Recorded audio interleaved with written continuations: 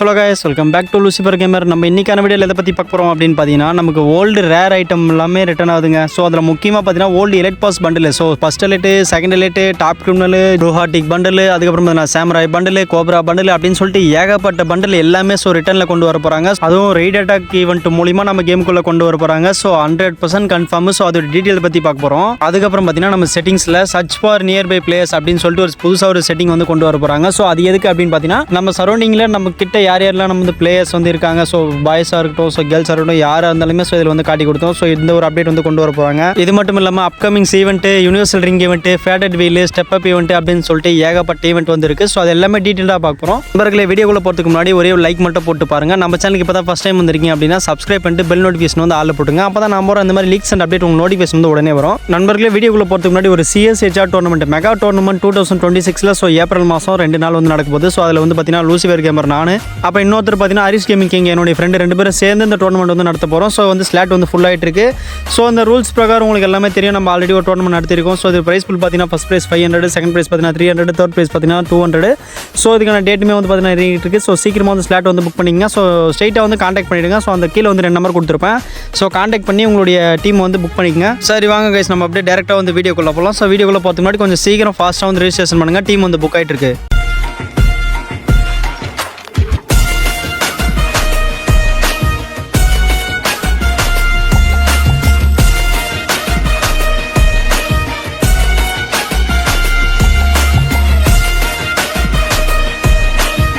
ரைட்டுங்க, நம்ம ஃபஸ்ட்டாக என்ன ஈவெண்ட் பார்க்க போகிறோம் அப்படின்னு பார்த்தீங்கன்னா, நாளைக்கு 23ஆம் தேதி இல்லையா, 23ஆம் தேதி நம்மளுக்கு இப்படி பார்த்தீங்கன்னா ஃபினிஷிங் மூவ் வந்து கொடுக்க போகிறாங்க. So 100% confirm. ஸோ இது நம்ம வீடியோ இதுக்கு முன்னாடியே வந்து பார்த்துருப்போம். இது கூட பார்த்தீங்கன்னா ஒரு டியூ ஃபார்மில் ஒரு கட்டணை வந்து கொடுக்க போகிறாங்க. ஸோ அதுவும் டபுள் கலரில் வந்து இருக்க போது. இது ரெண்டுமே பார்த்தீங்கன்னா நமக்கு ஸ்டெப் அப் ஈவெண்ட்டில் வந்து கன்ஃபார்மாக இருக்குது. நாளைக்கு காலைல 4 மணிக்கு இந்த ஈவெண்ட் வந்து நம்ம கேம்குள்ளே வந்துருங்க. இதுக்கான பேனருமே நம்ம வந்து காமிச்சாச்சு. 100% கன்ஃபார்ம். நாளைக்கு காலைல 4 மணிக்கு இந்த ஈவெண்ட் வந்து ஸ்டார்ட் ஆகிடும். ஸோ அதுக்கப்புறம் பார்த்தீங்கன்னா நம்மளுக்கு வந்து நெக்ஸ்ட் OB53 அப்டேட்டில் என்னென்ன கன்ஸ்கின்லாம் வரப்போகுது அப்படின்னு சொல்லிட்டு மேலோட்டமாக பார்க்கலாம். இப்படி ஒரு A94 கன்ஸ்கின், அது தீம் கன்ஸ்கின் தான், நல்லா தான் இருக்கும். இதுக்கான பவர்லாம் வந்து தெரியல. இப்போதைக்கு பார்த்தீங்கன்னா இப்படி ஒரு கன்ஸ்கின் வரப்போகிறத மட்டும் சொல்லியிருக்காங்க. அதுக்கப்புறம் பார்த்தீங்கன்னா VSK94 அப்படி இப்படி ஒரு கன்னுக்கான ஒரு ஸ்கின் வந்து கொண்டு வரானுங்க. இதுவுமே பார்த்தீங்கன்னா தீம் ஸ்கின் தாங்க. இப்போதைக்கு பார்த்தீங்கன்னா நமக்கு கன் ஸ்கின்னோடைய கலர் மட்டும் தான் தெரிஞ்சிருக்கு, பவர் வந்து தெரியல. அதுக்கப்புறம் பார்த்தீங்கன்னா M10 வந்து வரப்போகுதுங்க, புதுசாக ஒரு M10. அந்த M10 வந்து நம்ம அதுக்கு அடுத்த வீடியோவில் வந்து பார்ப்போம். அதுக்கப்புறம் பார்த்தீங்கன்னா இது வந்து எனக்கு தெரிஞ்சு பேனுங்க, இப்படி ஒரு பேனுக்கான கன்ஸ்கின் கொடுத்துருக்காங்க. என்னடா பண்ணி வச்சுருக்கீங்க அப்படின்ற மாதிரி தாங்க இருக்குது. இது ஒரு பேனு, அது கீழே பார்த்தீங்கன்னா ஒரு கட்டானா வந்து கொடுத்து வச்சுருக்காங்க. இந்த கட்டானாவும் பார்க்கறதுக்கு நல்லா தான் இருக்குது. இந்த கட்டானா பார்க்கறதுக்கு பார்த்தீங்கன்னா நம்ம அப்படியே இந்த ஐஸ் கட்டி உறைஞ்ச மாதிரியே இருக்குங்க. அதுவும் வந்து பார்த்திங்கன்னா அந்த ஓஷன் பேஸ் பண்ணி ஓஷன் தீம்லேயே வந்து கொடுத்துருக்கானுங்க. எல்லாமே பார்க்கறதுக்கு வந்து மாசாக தான் இருக்குது. ஸோ உங்களுக்கு வந்து எப்படி இருக்குது அப்படின்னு சொல்லிட்டு எனக்கு வந்து கமெண்ட் பண்ணுங்கள். அதுக்கப்புறம் பார்த்தீங்கன்னா நம்மளுக்கு வந்து க்ளோவாலுங்க. இந்த க்ளோவாலை பொறுத்த வரைக்கும் நமக்கு இந்த கண்ணாடியில் நின்று தண்ணியை பார்த்தோம்னா எப்படி இருக்கும் அந்த மாதிரி ஒன்று இருக்குங்க. பயங்கரமாக பண்ணி வச்சுருக்கானுங்க. அதுக்கப்புறம் பார்த்தீங்கன்னா அதில் வந்து மேலே சன்னு தெரிகிற மாதிரி இருக்குது. கீழே வந்து பார்த்தீங்கன்னா ஏதோ பாசியில் முளைச்சிருக்கிற மாதிரி இருக்குது. இந்த க்ளோவாலுமே நல்லா தாங்க இருக்குது. இதுவுமே பார்த்தீங்கன்னா நெக்ஸ்ட் அப்டேட்டில் வரப்போகுது. அதுக்கப்புறம் பார்த்தீங்கன்னா ஸ்கைடிவ் அனிமேஷனை தாறுமாறாக செஞ்சு வச்சுருக்காங்க. இந்த நம்ம நீச்சல் அடிச்சுட்டு போனால் எப்படி இருக்கும் பார்த்தீங்களா, அந்த மீனுமே கூட ஒரு 2-3 மீன் வர மாதிரி இருக்குது. இந்த ஸ்கைவிங் அனிமேஷன் பயங்கரமாக இருக்குது. இது வந்து பார்த்தீங்கன்னா நமக்கு ஸ்டெப் அப் ஈவெண்ட்டில் தான் வரதுக்கு மேபி சான்சஸ் வந்து அதிகமாக இருக்குது.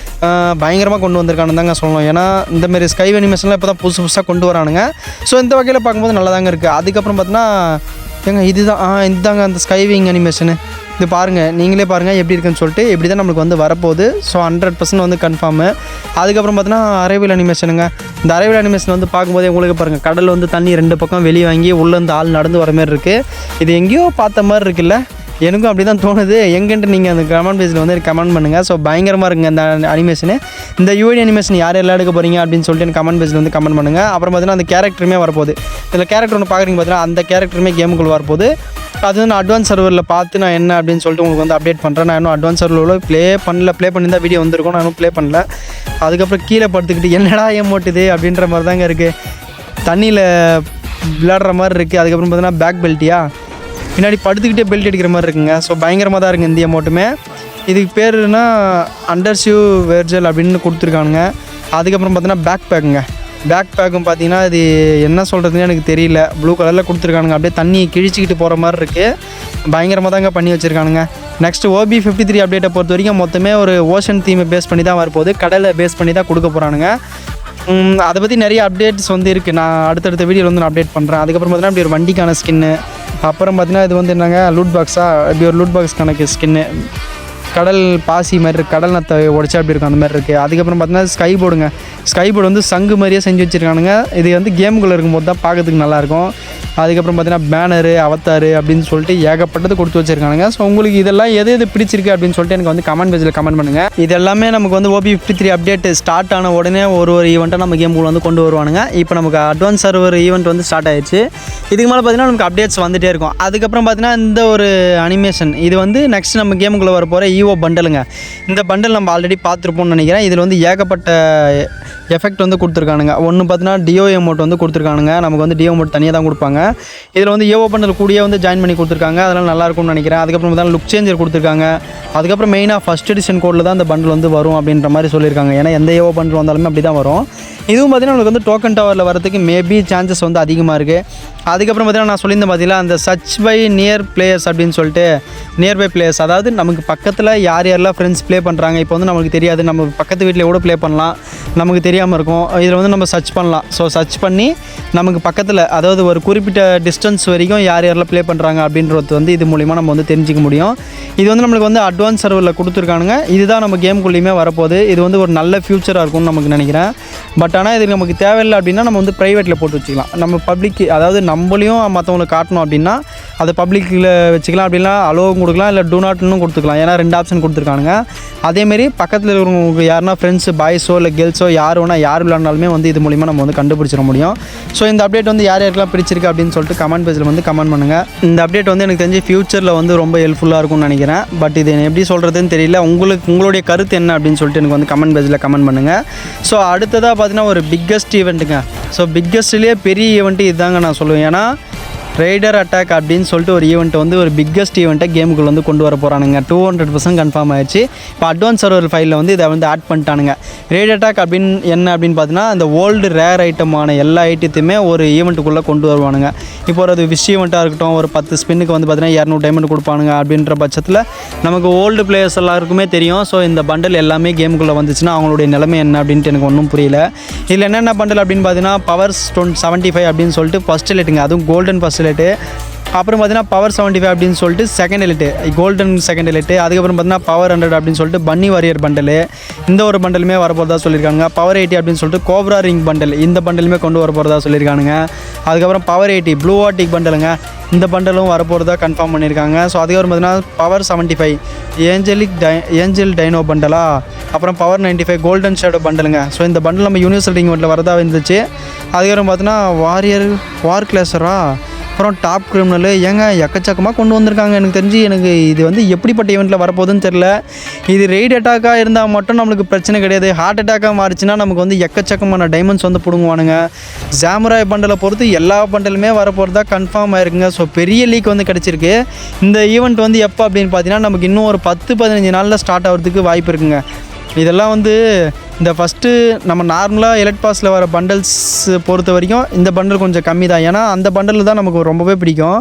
இதில் வந்து பார்த்திங்கன்னா நம்மளுக்கு ஃபஸ்ட் எலைட்டு இந்த கோல்டன் ஷேடோ பண்டல், அப்புறம் செகண்ட் எலைட்டு, அதுக்கப்புறமா அதுவும் golden shadow second elite bundle தான் கொடுத்துருக்கானுங்க. அதுக்கப்புறம் பார்த்தீங்கன்னா அப்படி ஒரு டாப் கிரிமினலுங்க, டாப் கிரிமினலில் ரெட் கலர் டாப் கிரிமினல் கொடுத்துருக்கானுங்க. அதுக்கப்புறம் சாமுராய் பண்டலுங்க, அந்த சாமுராய் பண்டலுமே ரொம்ப ரேரு, வந்து ரொம்ப நாள் ஆயிடுச்சுன்னு நினைக்கிறேன். இந்த ஒரு பண்டல் வரப்போகிறதா சொல்லியிருக்கானுங்க. அதுக்கப்புறம் பார்த்தீங்கன்னா கோல்டன் ஷெட் பண்டலுங்க, இது வந்து நம்மளுக்கு யூனிவர்சல் ரிங் இவெண்ட்டில் வரதா வாய்ப்பு இருந்தது. இப்போ வந்து வரதுக்கு வாய்ப்பு இல்லைங்க, ஏன்னா இதில் கொண்டு வர போகிறானுங்க. அதுக்கப்புறம் பார்த்தீங்கன்னா ரேம்பேஜ் பண்டல், இந்த ரேம்பேஜ் பண்டலுமே இதில் தான் கொண்டு வர போகிறதா சொல்லியிருக்காங்க. ஏன்னா இப்போ பார்த்தீங்கன்னா கோப்ரா பண்டல் வந்து வந்துருச்சு. ஸோ இந்த பண்டல் வந்து இதில் தள்ளி விட்டால் தான் நல்லாயிருக்கும்னு நினைக்கிறேன். ஸோ அதனால் இதில் வந்து ரெய்ட் அட்டாக் ஈவெண்ட் மூலிமா கொண்டு வர போகிறாங்க. ஒரு பிக்கஸ்ட் ஈவெண்ட்டுங்க. இந்த பிக்கஸ்ட் ஈவெண்ட் மூலிமா எவ்வளோ டைமண்ட் நம்மக்கிட்ட பிடுங்க முடியுமோ கண்டிப்பாக பிடுங்கிட்டு தான் கொடுப்பான். அப்படி இல்லைனா ஒரு குறிப்பிட்ட பிளேயர்ஸுக்கு மட்டும் கொடுத்துட்டு மற்றவங்களுக்கு வந்து டைமண்ட் விட்டு சுரண்டி வச்சுருவானுங்க. எனக்கு தெரிஞ்சு இதெல்லாம் கை வைக்கணும்னா மினிமம் 10,000 டைமண்ட் வச்சுக்கோங்க. 10,000 டைமண்ட் அவங்க வந்து எவ்வளோ டைமில் கொடுப்பானுங்கன்னு தெரியாது. கம்மியான டைம்லேயும் கொடுத்து ஸ்பின் பண்ணுற வாய்ப்பு இருக்குது. பட் ஆனால் நமக்கு வந்து டைமண்ட் நிறைய பிடிங்கிட்டு தாங்க இந்த ஈவெண்ட் வந்து கொடுப்பாங்க. ஏன்னா ரெய்ட் அட்டாக்னு கொடுத்துட்டானுங்க. இது சோபி maybe raid attack heart attack ஈவெண்ட்டாக கூட மாறுறதுக்கு நிறைய வாய்ப்பு இருக்குங்க. வாய் வந்து குளருது. இதில் வந்து நமக்கு ஓல்டு பன்னி பண்டலுமே வரப்போகுது. ஸோ 200% கன்ஃபார்முங்க. இன்னும் ஒரு 10-15 நாளுக்குள்ளே நம்ம கேமுக்குள்ளே வந்து ஸ்டார்ட் ஆகிறதுக்கான வாய்ப்பு நிறைய இருக்குது. இந்த பேட்ச் அப்டேட் முடிஞ்ச உடனே ஸ்டார்ட் ஆகும்னு நினைக்கிறேன். மேபி அப்படி தான் கொண்டு வருவானுங்கன்னு நினைக்கிறேன் கைஸ். ஸோ இந்த ஈவெண்ட் வந்து யாருக்கு பிடிச்சிருக்கு அப்படின்னு சொல்லிட்டு எல்லாருமே வந்து கமெண்ட் பண்ணுங்கள். ஸோ ஓல்டு பிளேயர்ஸோடைய நிலமை தான் ரொம்ப பரிதாபமாக இருக்குது. இந்த ஈவெண்ட் கொண்டு வந்தாங்கன்னா கண்டிப்பாக கேம் வந்து ஆல்ரெடி நிறைய பேர் அன்இன்ஸ்டால் பண்ணிட்டு போயிட்டாங்க. ஸோ இதுவுமே உள்ளே வந்துச்சுன்னா இன்னும் நிறைய பேர் போகிறதுக்கான வாய்ப்புமே இருக்குங்க. ஸோ ஏன் தான் கரீனாக்கார் அப்படி பண்ணுறான்னு எனக்கு ஒன்றுமே புரியல. ஆனால் ஓல்டு ஐட்டம் வர்றது சந்தோஷம் தான். பட் ஆனால் ஓல்டு பிளேயர்ஸையும் கொஞ்சம் யோசிச்சு பார்க்கணுங்க. ஏன் அப்படி சொல்கிறேன்னு பார்த்தீங்கன்னா ஒரு 2-3 வருஷத்துக்கு முன்னாடியே இந்த ஓல்டு எலைட் பாஸ் எல்லாமே ரிட்டர்ன் வந்துச்சு. 6th எலைட் வரைக்கும் வந்துச்சுன்னு நினைக்கிறேன். அப்பயே மேபி நிறைய பேர் வந்து கேம் வந்து அன்இன்ஸ்டால் பண்ணிட்டு போயிட்டானுங்க. அதுக்கப்புறம் ஃப்ரீ ஃபயர் இந்தியா போனதுனால அதுலேயும் நிறைய பேர் போயிட்டாங்க. இதுவுமே கொண்டு வந்தாங்கன்னா ரொம்ப மோசமாயிடும்னு நினைக்கிறேன். ஸோ போக தான் பார்க்க முடியும். ஸோ ரைட்டு கேஸ், நான் வந்து இன்றைக்கான வீடியோ வந்து இதோட முடிச்சுக்கிறேன். இதேமாதிரி இன்ட்ரெஸ்டிங்கான வீடியோ நான் நாளைக்கு உங்களை சந்திக்கிறேன். பாய், டாடா.